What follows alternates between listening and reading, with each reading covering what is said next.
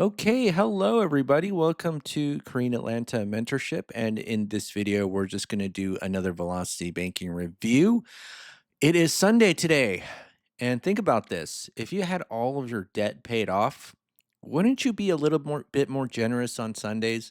I'm just copying Dave Ramsey here, but I think he's really right about that. And we're going to learn how to pay off debt today on our Blessed Sunday, okay? So, what is velocity banking? All it is a debt payoff strategy where you throw all of your money into debt with the help of something called a line of credit. So, what's a line of credit? All it is a financial tool where you could borrow money, pay it back, and use it over and over again. And there's really only two steps to velocity banking. Number one is your budget. So, you just have to write your income, expenses, what's ever left over in savings, do an expense breakdown, list every single debt that you have, right? Every single debt that you have right here. And then in your last line item, combine all of your general expenses like rent, food, gas, insurance, things you know you have to pay for, right? So this is kind of like an average monthly number of non-debt expenses, okay? And so what we're going to do is when we do velocity banking, we assume the same income, we assume the same expenses. So let's go ahead and copy these expenses over. But, okay, this is very important. We don't save money. Okay. And so I'm just going to show you an example of what I mean by that. So this is just my checking account where money comes in. And you'll notice that I don't pay for things. I don't let the money sit there and then just pay for things out of my checking account, right? I move it into something called a line of credit. And so when money comes in, I just immediately move it out of and make a payment into a line of credit, right? That's essentially what I'm doing. So that's what this means. And then we're going to have something called cash flow. And the whole idea is, can we increase this number without making more money? Right. That's really the whole idea of velocity banking. Essentially, we're just not saving money and we're going to increase our cash flow with the help of something called a line of credit. So you can see, like, this is example of a line of credit right here. I always love to show it off. $280,000 home equity line of credit.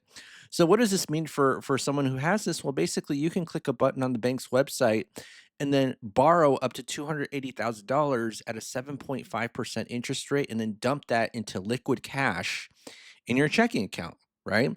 And that's what this means, $280,000. And this is just me when I first had access and I thought about snapping away half of my debt. Right in an instant.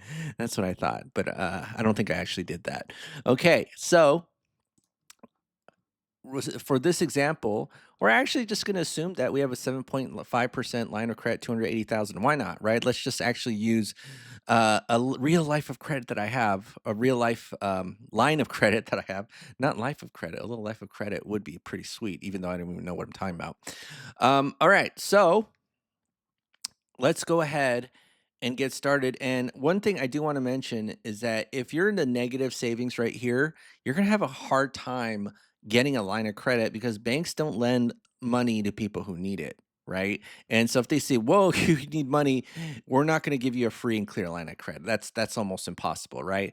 That's like when you crash a car without car insurance and then you try to get car insurance afterwards. That's so hard. But get the car insurance before you drive. Like, get the line of credit before you need the money. Okay, makes sense. So, but you might be like, well, I'm negative here, but what if you did have a line of credit? Could it really help you and save you? And I remember one person that I talked to said yes. He was able to get access and was negative in the hole for quite some time, but with the line of credit was able to make it. So let's go ahead and figure out which debts to move into the line of credit. And I want to show you how to do this. The easiest way is by using what we call the cash flow index method. So what you do is you take the balance of the loan or the debt divided by the monthly payment, and then it'll spit out a number, right? 30,000 divide by 1050, and then this one is 35,000 divided by 1137.5, and then this one is 100,000 divided by 3166.67. And then let me go ahead and do these with the amortized loans. Luckily, I got a loan calculator for all this. I got a loan calculator. Hold on one second. And then let me go ahead and copy these numbers. So basically, the reason why we use the cash flow index what does it represent? Well, the lower the number, basically you get more bang for your buck in terms of cash flow. So, would you pay $100,000 to get $3,000 of cash flow in your life, or $450,000 to get $2,000 of cash flow in your life? Right? There's a reason why we focus on these, because we get more cash flow. So let's go ahead and move the debt into the line of credit. And how much is it in total? 170,000. So let's move $170,000 from here to here. And once we do that, okay, guess what happens to these payments? They literally go to zero.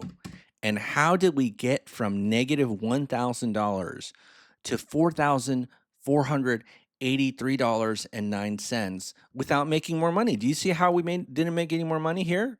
$12,000 a month. And I know you're thinking that's insane, right? But the more money you make, the more debt you'll probably get into. And if you don't know anything about banks, banks love lending people the money, or people who make money but can't manage it that well, right? Like, they don't want people who pay off their debts too quickly, and then they don't want people who can't pay off their debt at all, right? That's why they love to target the high income earners. And one day you'll get here, and then when you realize when you get here, you need to be able to know how to manage the money and not frivolously waste it, right? All right. So let's go ahead. 170,000, $4,483.09. And then the final step is you put your entire paycheck, that 12 grand, into the line of credit as a payment, overpayment essentially.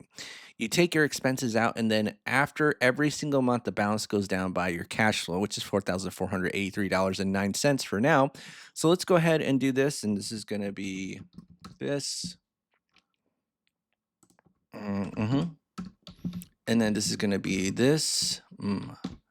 So to get the next month's balance, it's the previous month's balance and interest minus our cash flow, 4483.09. And then what we're going to do is take the average daily balance, right? We'll take the average of those, multiply it by the interest rate, which is 0.075, right? We're going to use the lower interest rate today, even though I've had lines of credit at like 9 and 10%. In fact, I have over $594,000 in lines of credit. Over 594,000. Pretty easy. Okay. Oh, wait, did I screw up here? It's not $10,000 of interest. How did I screw up? Oh, it's 75% interest. My bad. It's point nine. Okay. All right. So let's go ahead and do this.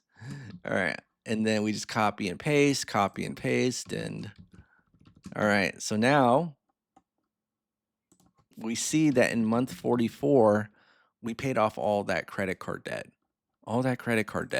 So 44 months, and then how much is it? It's 170K. Okay. And then let's go ahead and show that. That's the milestone here. And then now we're going to deal with the amortized loans. So now we got to figure out what the current balances of these loans are. 44. And then you can see that if you have these three factors, original balance, interest rate, and terms, you could figure out everything else when it comes to the payment amount and the current balance, as well as having the current month. And so these loans currently have the lowest cash flow index, meaning they'll give me the most bang for my buck for paying them off or moving them into the line of credit. And so it's 20 grand. So let's go ahead and do that. And I am going to do this. All right. So now 20090.09. And then, all right, so let's go ahead and do 00 and look at that. Now we got over $5,000 a month in our cash flow. Beautiful, right? Let's go ahead and do 5768.27, blah, blah, blah. And then this is 47 months, right? 47 months. It is all paid off, right? 47 months. Okay, so 170 plus 50 plus 21. So this is going to be 241K.